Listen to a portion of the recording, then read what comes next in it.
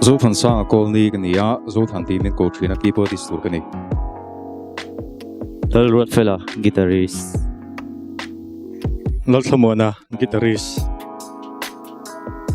Lal sang zuala drummer. Lal som kimi bassist. Pi valal peki vocalist. Kan hlarun saktur hi kan fokache Magdalene la ania. Hi pathian fakle chaw moina la ani e. Tamari Group.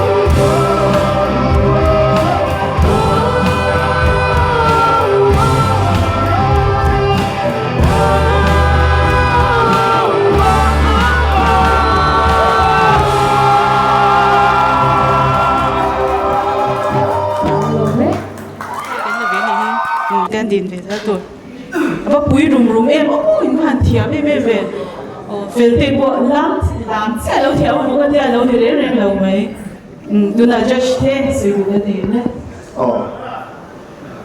Dan comment mas sabi nga ta zamin chu mai chia best pel te kanan mo ban lo mo me o na so na kan hua din in performance bo cha maya soi sel tu ra bang khom mai dia kan soi du ni